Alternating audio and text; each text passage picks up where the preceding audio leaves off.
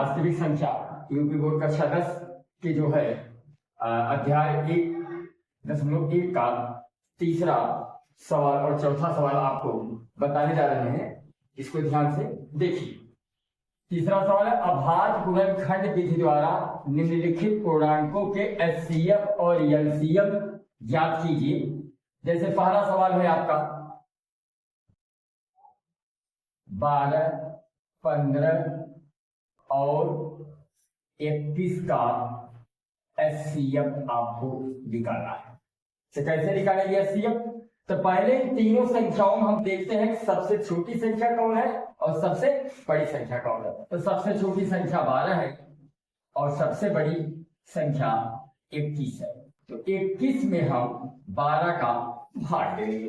तो 12 में 24 ज्यादा हो जाएगा, इसलिए 12 एक्का 12। तो 11 में से 2 गए 9। अब यहाँ 12 भाग 9 में तो नहीं जाएगा, इसलिए अब 9 का भाग हम 12 दे देंगे। 9 का भाग 12 देंगे तो 9 एक्का 9। अब 12 में से 9 गए 3। अब जो है 9 का भाग 3 नहीं जाएगा, तब हम दोबारा क्या करेंगे, 3 का भाग 9 में दे देंगे। तो 3 3 9 तो कट गया। अंत में 3 से यह विभाजित हुआ, अर्थात जो है इसका जो है 12, तो इसका एचसीएफ कितना हुआ? इन दोनों संख्याओं का एचसीएफ जो है आपका 3 हुआ। अब इस 3 का भाग हम जो संख्या बची हुई है, जैसे 15 बची हुई है तो 15 अब हम 3 का भाग देंगे। तो 3 बचे 15, यह भी लास्ट में कट गया। अर्थात हम कर सकते हैं 12, 15 और 21 का एचसीएफ 3 है। इसी प्रकार जैसे दूसरा सवाल है, दूसरा पॉइंट है 17, 23 और 29 का एचसीएफ आपको निकालना। इसमें सबसे छोटी संख्या 17 है और सबसे बड़ी संख्या 29 है। तो 29 में पहले हम बेटा 17 का भाग देंगे। जब 17 का भाग देंगे 17 एक्का 17, 9 में 7 गए 2 और 2 में से 1 गए 1। अब 17 का भाग 12 में नहीं जाएगा, तो 12 का भाग हम 17 में दे देंगे। तो 12 एक्का 12, अब 7 में 2 गए 5। अब फिर जब 12 से बात नहीं करेगा तब दोबारा हम क्या करेंगे, 5 का भाग 12 में दे देंगे। तो 5 दूनी 10, 2 में से 0 गए 2। अब 5 का भाग 2 में नहीं जाएगा तब 2 का भाग 5 में दे देंगे। 2 दूनी 4, अब 5 में से 4 गए 1। अब 2 का भाग 1 में नहीं जाएगा तो 1 का भाग 2 में दे देंगे। 1 दुआई तो लास्ट में किससे कटा है?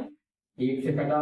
इन दोनों यानी 17, 29 का एचसीएफ आपका 1 हुआ। अब 1 का भाग किस में दे देंगे? 23।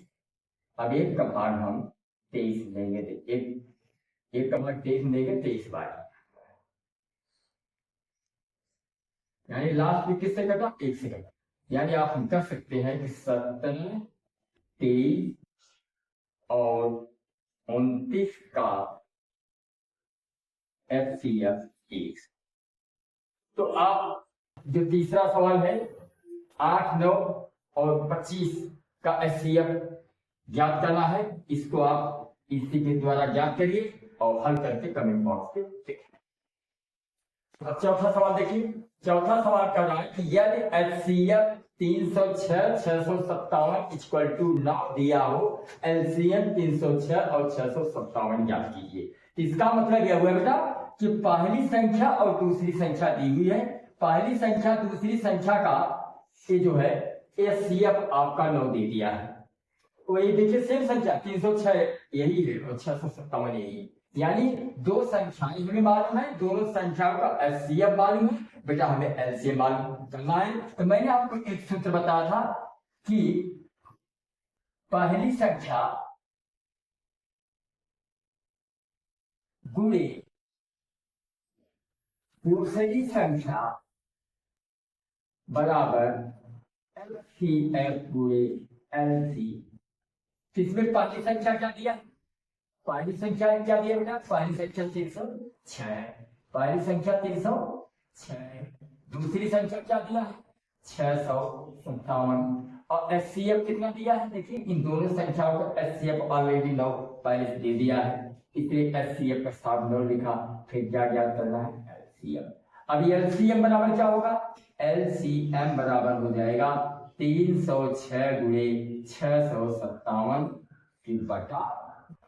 अब क्या करेंगे बेटा, 9 का भाग दे देंगे, 9 3 27 बचा 3, 9 जोड़ 36। अब LCM हमें निकालना है तो 34 में हम 657 का गुणा कर देंगे। अगर यहाँ गुणा करो 657 में 34 का आप गुणा कर देंगे, 4 सत्ते 28 किया, 4 25 20, 2 22 के 2, 4 6 24 25 26, 3 सत्ते 21 1, 3 25 15, 2 17 के 7, 3 6 18 1 19। जोड़ दीजिए 8 2 1 3, 7 6 13 3, 9 2 11, 12 2 2 2।